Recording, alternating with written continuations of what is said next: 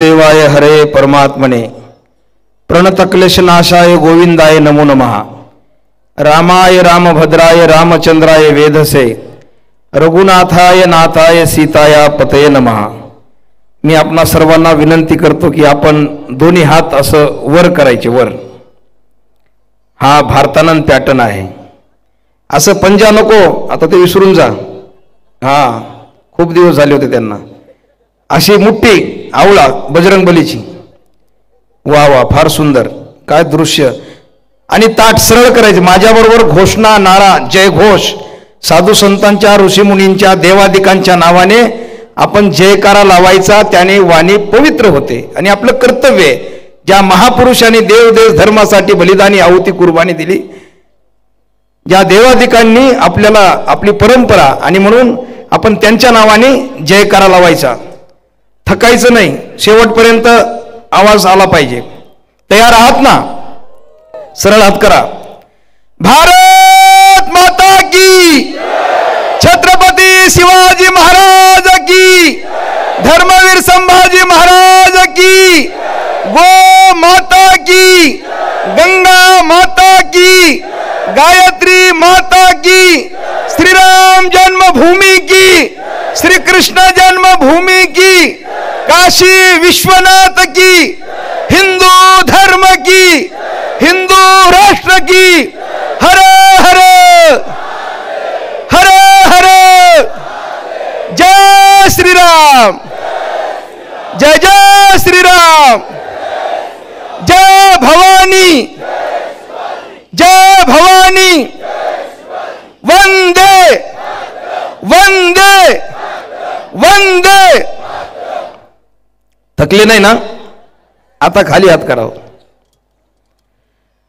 आदरणीय व्यासपीठ, आज या ठिकाणी ज्यांचं मार्गदर्शन ऐकण्यासाठी आणि ज्यांना सन्मानित करण्यासाठी आपण जमलेलो आहोत, असे या हिंदुस्थानाचे प्रखर प्रवक्ता, प्रखर संपादक, आदरणीय धर्मयोद्धा डॉक्टर सुरेश चव्हाणकेजी, त्याचबरोबर ज्यांच्या अथक मेहनतीने परिश्रमाने अनेक वर्षाची तपस्या अशा आपल्या मातोश्री विजयाताई भोसले, त्याचबरोबर आत्ताच ज्यांचं मार्गदर्शन ऐकलं सुप्रसिद्ध हिंदूवादी अधिवक्ता निलेश आंधळेजी, या संपूर्ण या प्रतापगड उत्सव समितीत पहिल्यापासून सहभाग ज्यांचा आहे पंडित दादा मोडक, त्याचबरोबर आमचे पुण्याचे चंद्रकांत नखाते, ही सर्व मंडळी या ठिकाणी, आमचे हेमंत गायकवाडजी, बांधवांनो, मी सर्वप्रथम या प्रतापगड उत्सव समितीला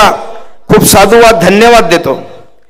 आताच निलेशजींनी सांगितलं की पूजनीय भिडे गुरुजींनी अपेक्षा नवे संकल्प केलाय, आणि माझ्याही मनात तोच प्रश्न होता की शिवप्रताप दिवस फक्त वाईतच आपण साजरा करतो, केवळ वाईतच हिंदू आहेत का हो?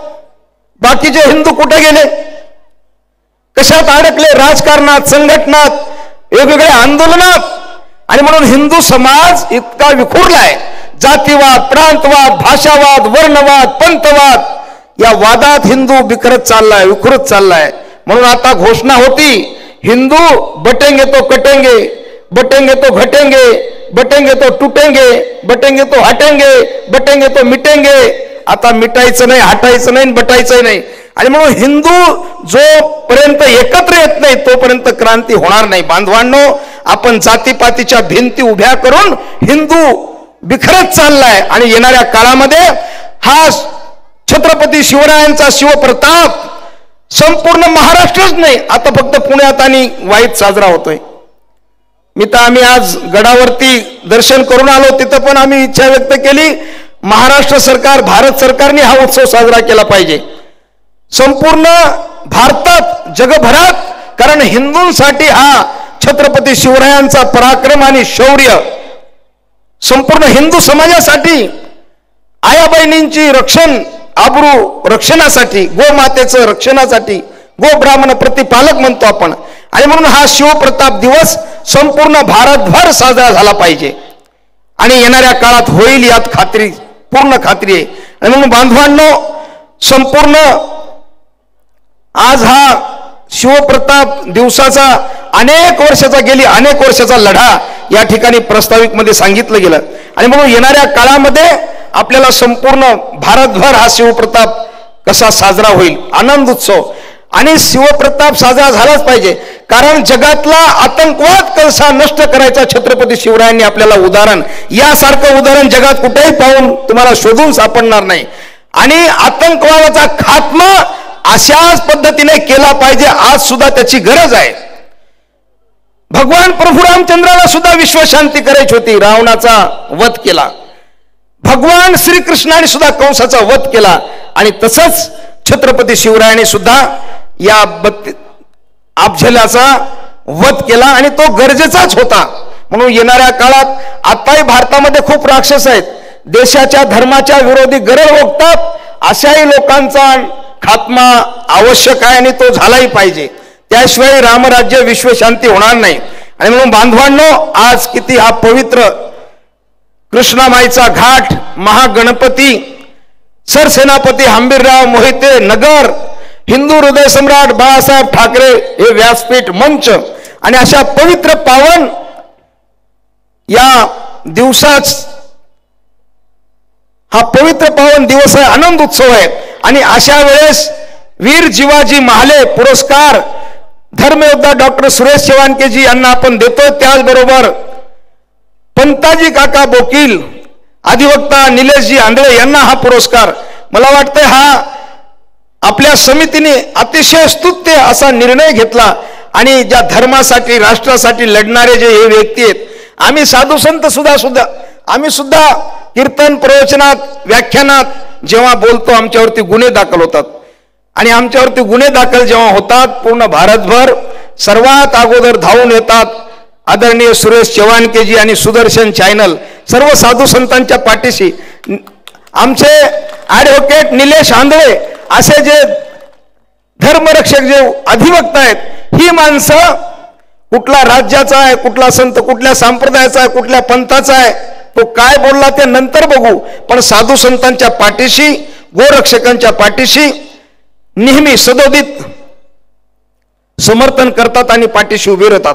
आणि म्हणून बांधवांनो, आपल्याला आदरणीय डॉक्टर सुरेश चव्हाणकेजींना ऐकायचे, त्यांना सन्मानित करायचे आणि त्यांचं मार्गदर्शन या ठिकाणी होणार आहे. मी अधिक वेळ घेत नाही, पण जाता जाता एवढंच सांगेल, हिंदू समाजाला एक भगवाधारी साधू म्हणून, एक धर्म प्रचारक म्हणून हिंदू समाजाला एवढंच विनंती करेल की आपण जातीपातीच्या भिंती ज्या उभ्या केल्यात, आपल्याला तोडून एक हिंदू समाज, सशक्त हिंदू समाज आपल्याला तयार करावा लागेल. तर आणि तरच हिंदुस्थान टिकेल, विश्वगुरु बनेल, जर हिंदू समाज जर एकत्र झाला तर. म्हणून आता निवडणुका झाल्यात, त्यामध्ये आमच्या साधू संतांनी धर्मासाठी आपल्यामध्ये येऊन लोकांना जागृत केलं आणि त्याचं निकाल आणि त्याचा जो रिझल्ट आला आपल्या सर्वांनी आपण पाहिलं.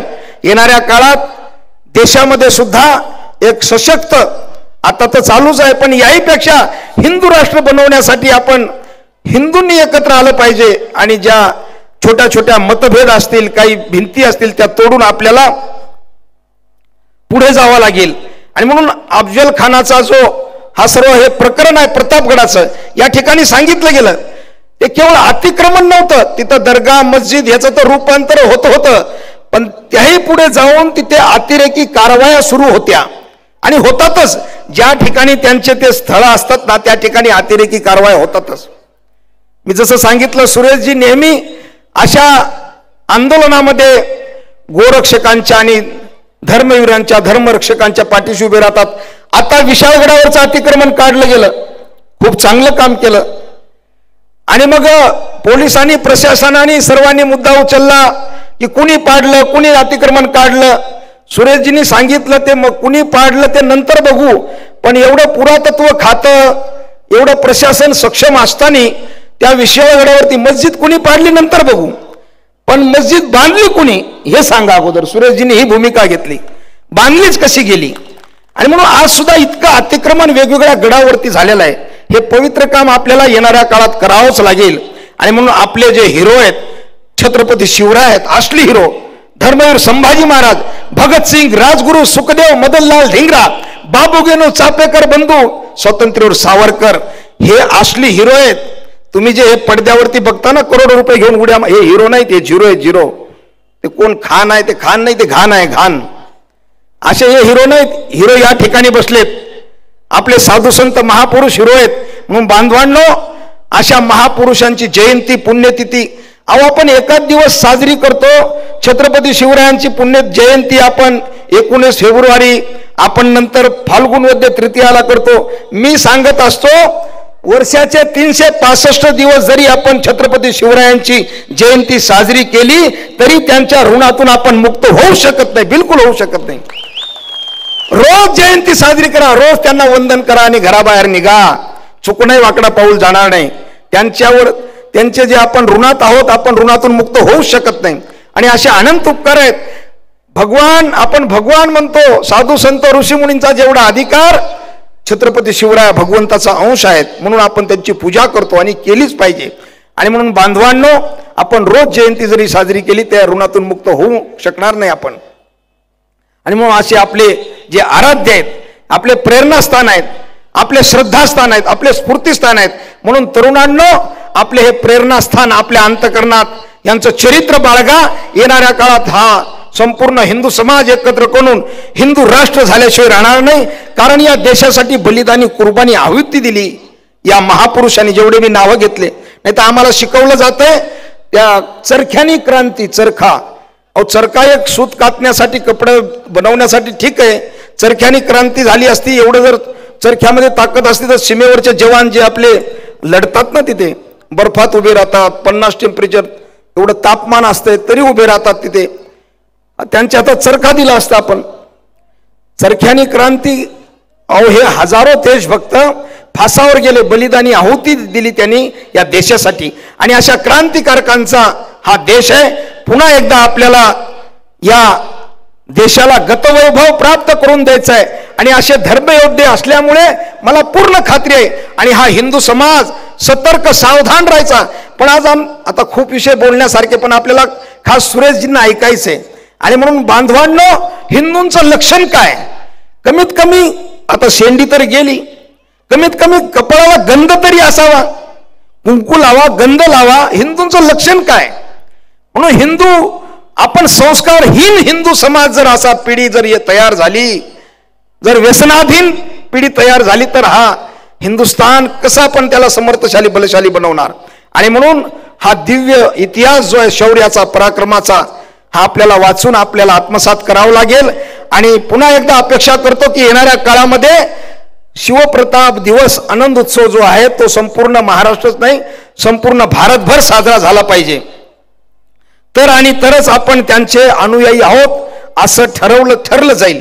म्हणून बांधवांनो, पुन्हा एकदा सर्वांना खूप साधुवाद, धन्यवाद देतो. या ठिकाणी आपण सुरेशजी एक धर्मयोद्धा आहेत आणि गेले 20 वर्षापासून दिल्लीत तळ ठोकून बसलेले आहेत. संपूर्ण जगभर सनातन हिंदू धर्माचा प्रचार प्रसार आणि जे जे देशासमोर समस्या आहेत, धर्मासमोर समस्या आहेत, जिथे अन्याय आहे, अशा ठिकाणी ते उभे राहून सुदर्शन चॅनल केवळ चॅनल नाहीये, एक अभियान आहे, एक मिशन आहे, एक पवित्र अभियान म्हणून चालवतात.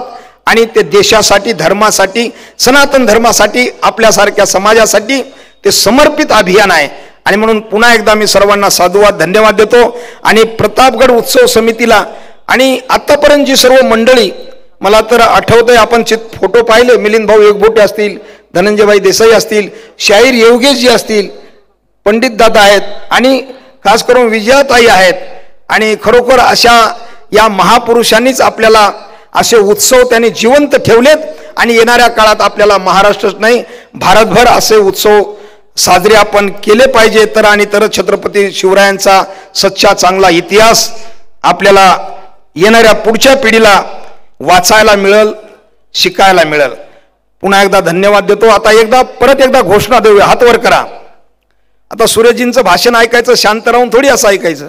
इथं आनंद उत्सव आहे ना, त्याच्यामुळे हात वर करा.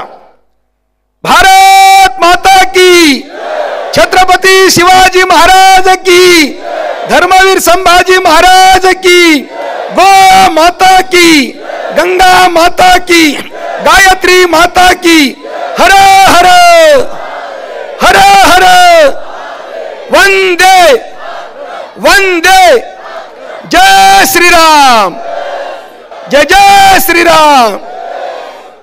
धन्यवाद.